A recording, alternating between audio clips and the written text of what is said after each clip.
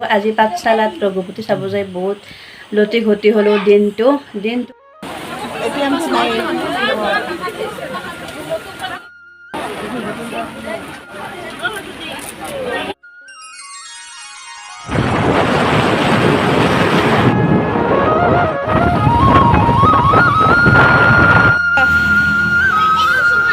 হ'ব না।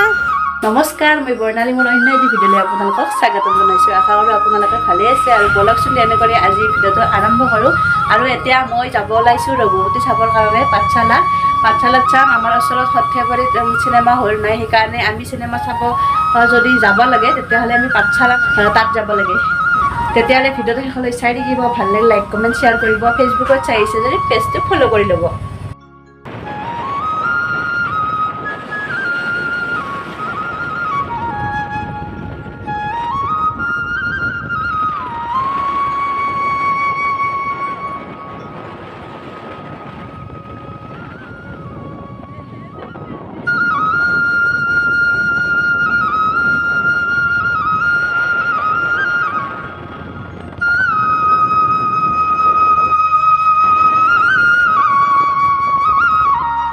আহি আমি পাটাচাৰকুচি নাপাওঁতে ৰখিব লগা হ'ল, কাৰণ বহুত জোৰকৈ বৰষুণ দিছিল আৰু ইয়াৰে ওচৰত এটা ঘৰ বনাই আছিল। তাতে আমি ৰখিলোঁ, কাৰণ জিকি যাব নোৱাৰোঁ, ৰিচি আছে যিহেতু। আৰু খুৰা দুজনে আমাক ইয়াত বহিব চেয়াৰো দিছে আৰু তেওঁলোকে ঘৰৰ কাম কৰি আছে ইয়াতে। আৰু এয়া বাহিৰত বৰষুণ অলপ কমিলে এতিয়া, আৰু অলপ ভালকৈ কমিলে আমি যাম। আৰু ফাইনেলি আমি আহি পালোঁ পাটাচাৰকুচি। আৰু পাঠশালা কৰি অলপ সময় আছে বাৰু, যদি বাটত বৰষুণ নিদিয়ে আমি সোনকালে পাই যাম। আৰু এইফালে আমাৰ লগত আহিছে ভাইটিও আহিছে, আৰু আমাৰ ঋষি একবাৰ হেলমেটটো পিন্ধে একবাৰ খুলি দিয়ে, এনেদৰে আহিছে। কিন্তু বেছি জোৰকৈ আহিব পৰা নাই, কাৰণ বতাহ দিছে। আজি ঠাণ্ডা যিহেতু ঋষিৰ চৰ্দি লাগি যাব। আৰু আজি বহুত কষ্ট কৰি আহিছোঁ ৰঘুপতি চাবৰ কাৰণে।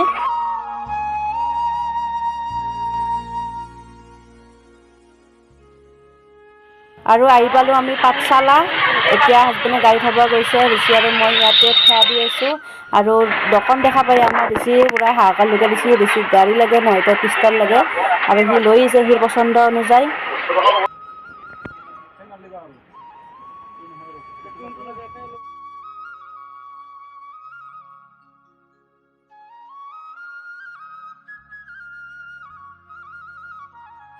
এই বৰষুণৰ বতৰতো ৰঘুপতি চাবৰ কাৰণে মানুহৰ হেঁচা আছে। আৰু দেখিছেনে এতিয়া বাজিছে 12টাহে, কিন্তু 12টাৰ পৰাই মানুহৰ ভিৰ টিকট কাটিবৰ কাৰণে।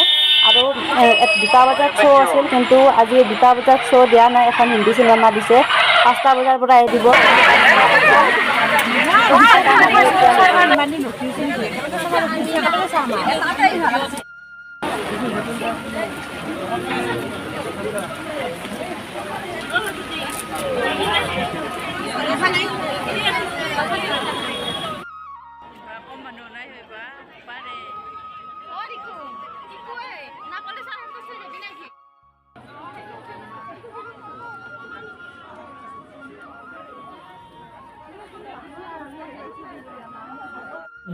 বৰষুণত জিকি আমি টিকট কাটিব ৰৈ থাকিলোঁ, কিন্তু কি হ'ব আমাৰ ভাগ্যত নাই, আমি টিকট নাপালোঁ। আৰু যদি 8টা টিকট থাকে আমি ৰঘুপতি চাব পাৰোঁ, কিন্তু নাই টিকট। সেইকাৰণে এতিয়া আহিলোঁ হোটেললৈ, কাৰণ ঋষিও একো খোৱা নাই বহুত সময়ৰ পৰা, আমিও খোৱা নাই।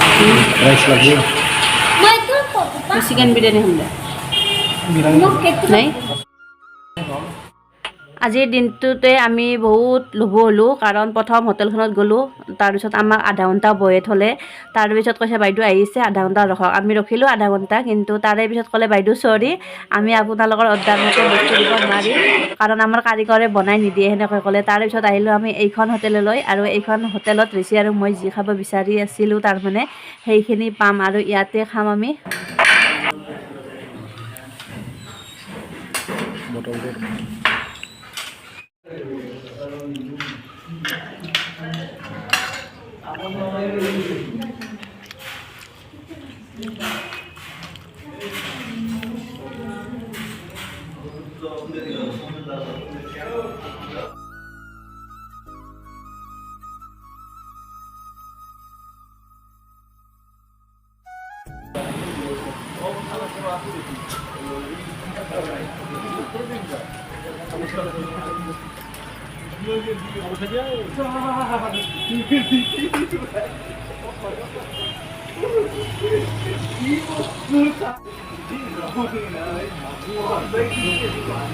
বৰষুণত জিকি জিকি আমি আধা আহিলোঁ আৰু এয়া চাওক মোৰ অৱস্থা জিকি জিকি একদম অৱস্থা নোহোৱা হৈছে আৰু বহুত ঠাণ্ডা লাগিছে সেইকাৰণে আহিলোঁ চাহ খাবৰ কাৰণে একাপ চাহ খাই দিওঁ তাৰে পিছত হয়তো অলপ গৰম লাগিব পাৰে আৰু এইখন দুহেটা আনি আমি বহুত ভাল কাম কৰিলোঁ ঋষিৰ কাৰণে আনিছিলোঁ কিন্তু ইমানেই জিকিলোঁ যে আমি মূৰ মুচিব পাৰিলোঁ ৰখি ৰখি ঋষিৰ গাটো মুচি হাই ফ্ৰেণ্ডছ এতিয়া বাজিছে 8:30 আৰু ৰুম আহি পালোঁ আজি পাঠশালাত ৰঘুপতি চাব যাই বহুত লতি ঘটি হ'লোঁ দিনটো আজি এনেদৰে গ'ল বৰষুণত জিকি জিকি বহুত কষ্ট কৰিলোঁ ৰঘুপতি চাবৰ কাৰণে টিকট কাটি বৰষুণত জিকি জিকি টিকট কাটিব লাইনত থাকিলোঁ তাৰে পিছত ঋষিৰ ৰেইনকোটটো আছিল কাৰণেহে মই মূৰৰ ওপৰত দি মতন লাইনত থিয়াও হৈছিলোঁ কিন্তু গোটেই গা মোৰ ভাল তিতিয়ে গৈছে এইখিনি জেগাহে মোৰ তিতা নাই আৰু মূৰটো তিতা নাই কিন্তু কি হ'ব অৱশেষত মই টিকট নাপালোঁৱে ৰঘুপতি চাবৰ কাৰণে আৰু ৰঘুপতি চাবৰ কাৰণে 7:30 ৰখিব লাগে 7:30 ৰখিলে মোৰ আহোঁতে বহুত দেৰি হৈ যায় যিহেতু সৰ্থেবাৰীৰ পৰা পাঠশালা অলপ দূৰ আছে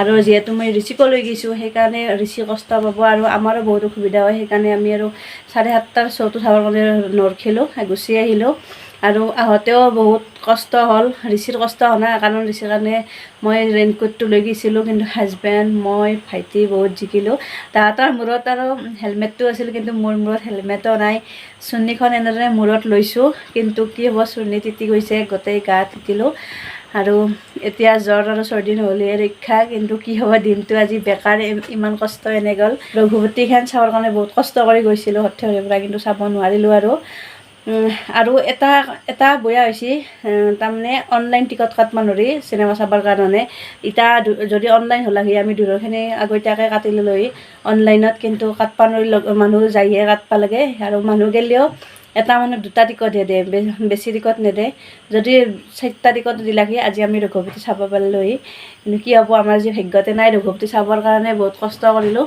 আৰু ভাবিছোঁ সোমবাৰকলৈকে যাম বুলি কিন্তু কি হয় নাজানো যদি যাওঁ আপোনালোকতো কমেই আৰু ব্লগৰ জৰিয়তে তেতিয়াহ'লে আজিৰ ভিডিঅ'টো এইখিনিতে সামৰিছোঁ বহুত কষ্ট হৈছে ভাগৰ লাগিছে এতিয়া শু আৰু ঋষিক অলপ ভাত খুৱাই তেতিয়াহ'লে আজিলৈ আহিছোঁ ভিডিঅ'টো শেষলৈ চাই বহুত বহুত ধন্যবাদ।